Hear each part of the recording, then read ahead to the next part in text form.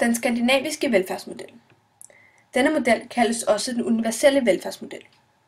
Den betegnes som en socialdemokratisk model, som bliver benyttet i de skandinaviske lande, herunder også i Danmark.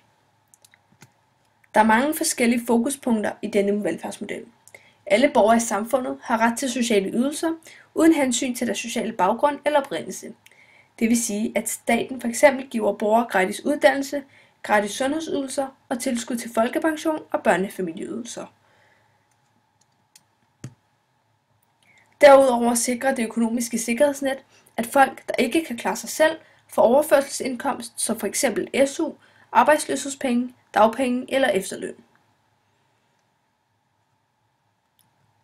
Men hvor finder man egentlig pengene til alle disse gratis ydelser? Grundet at staten kan betale for disse ydelser er, at skatten er høj. Den offentlige virksomhed finansieres over skatterne, som især betales af de bredeste skuldre. Dette kaldes Robin Hood-princippet. Her tager man fra de rige og giver til de fattige, da de rige er ressourcestærke og har økonomisk overskud til dette.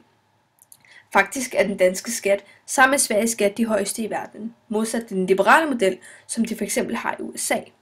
Her er skatterne meget lavere. Men ved hjælp af den skandinaviske velfærdsmodel giver det et trygt sikkerhedsnet for hver enkelt danske statsborger.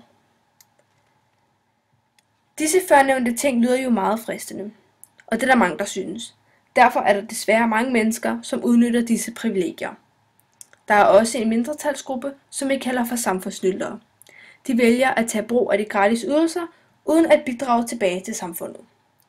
Civilsamfundet spiller ikke en stor rolle, da den offentlige sektor holder hånd over os og tager sig af samfundet, hvor man f.eks. i Italien selv skal sørge for syge familiemedlemmer.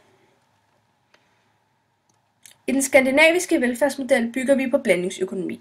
Dette er en blanding imellem markedsøkonomi og den socialistiske planøkonomi. Det vil sige, at vi har fordelene fra planøkonomien, hvor de socialistiske værdier er fællesskab, lighed og solidaritet, men samtidig en grundlæggende drivkraft, når det gælder produktionen af varer. Staten styrer varerne og spiller en langt større rolle i den liberale velfærdsmodel. Vi kan altså konkludere, at den skandinaviske velfærdsmodel har en vertikal fordeling.